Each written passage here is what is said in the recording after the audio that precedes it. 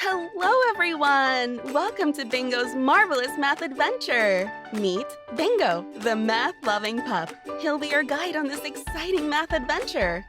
Today, we're gonna have fun and learn about ordinal numbers. What's an ordinal number? Let's find out.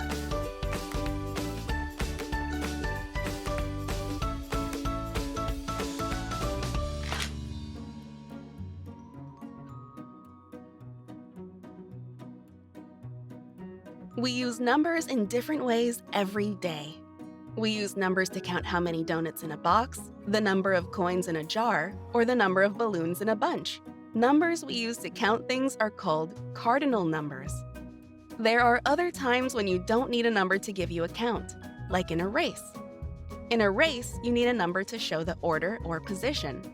You want to know who came in first, second, third, and so on. These are examples of ordinal numbers.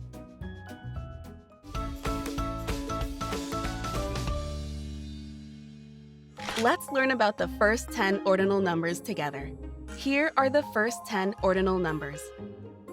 First or first, second or second, third or third, fourth or fourth, fifth or fifth, sixth or sixth, seventh or seventh, eighth or eighth, ninth or ninth, 10th or 10th. We can express ordinal numbers either as words, like first, or as numbers with appropriate endings, such as the number 1 followed by an ST. Specific cases like first, second, and third form an ordinal number by adding the appropriate suffix of ST for first, ND for second, and RD for third. You'll notice that most ordinal numbers end with TH, like fourth, fifth, sixth, seventh, eighth, and so on. Who was the last in this bicycle race? Ordinal numbers help show position or order, even for values higher than 10.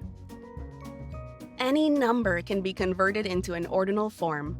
You add the suffixes TH, ST, ND, or RD to the digit in the ones place.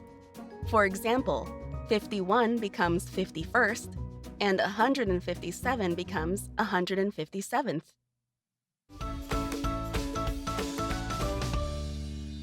We use ordinal numbers all the time. For example, baseball players, after they hit a ball, need to know in which order to run the bases: first, second, then third. When making a pizza, you must follow directions and do things in order. First, knead the dough. Second, let the dough rise. And third, stretch the dough. Wow! We learned so much about ordinal numbers today! We know that ordinal numbers tell us the order of things, like first, second, and third. You can continue your math adventure by looking for situations in your daily life when you can use ordinal numbers. Thanks for learning with me today. Math is fun, and you are doing great.